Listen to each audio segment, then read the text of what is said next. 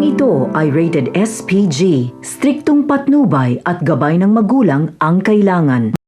Unang tinanong si Roda tungkol sa sinampan nitong kaso kay Tanggol sa pananaksak sa kanya, ngunit mukhang tagilid dahil hindi niya mismo nakita si Tanggol at madilim ng mga panahon na yun. Sumunod naman ay si Chairman kung saan sinabi niya na bata pa lamang si Tanggol ay lagi nang ginugulpi ni Rigor at may isang insidente kung saan inarmalite ni Rigor itong si Tanggol at mga kaibigan nito dahil sa pamupugpog kay David.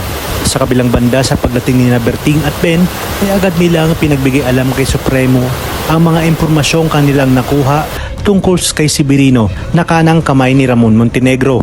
Ayon kay Berting, imposibleng si Ramon Montenegro ang asawa ni Mokang dahil matagal na umanong napatay ito ni Rigor. Kaya naman sinabi ni Supremo na kinakailangan malaman ito ni Tanggol sa lalong madaling panahon.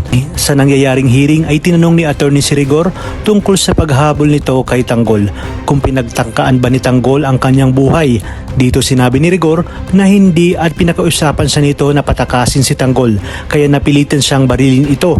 Question naman ni attorney ang kanyang paglabag sa rules of engagement at kung bakit ganoon na lamang katindi ang galit nito kay Tanggol bilang pulis at ama.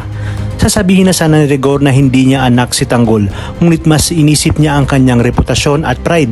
Di kalaunan ay napawalang sala na nga si Tanggol, ngunit ang kanyang mga kaibigan ay mananatili sa bilangguan.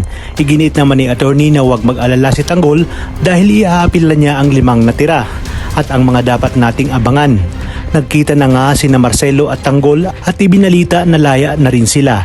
Siniguro niya rin na huwag mag-alala ang mga kaibigan ni Tanggol dahil makukuha nila ito sa apila.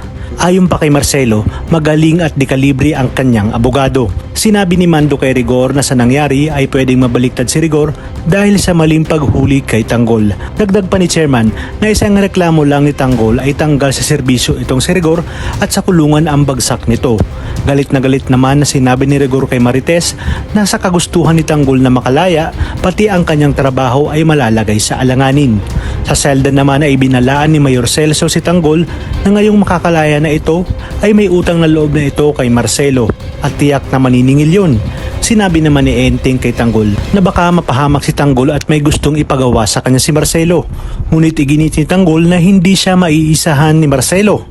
Nalaman naman ni Espinas na makakalaya na si Tanggol kaya agad siyang sinugod si Marcelo dahil sa pagiging pakialamer nito at dahil kay Marcelo umano ay mawawala ang lahat ng kanyang pinaghirapan. Kaya naman nanggigigil siya dito. Kinumbinsin naman ni Marcelo na sumali si Espinas sa grupo nila.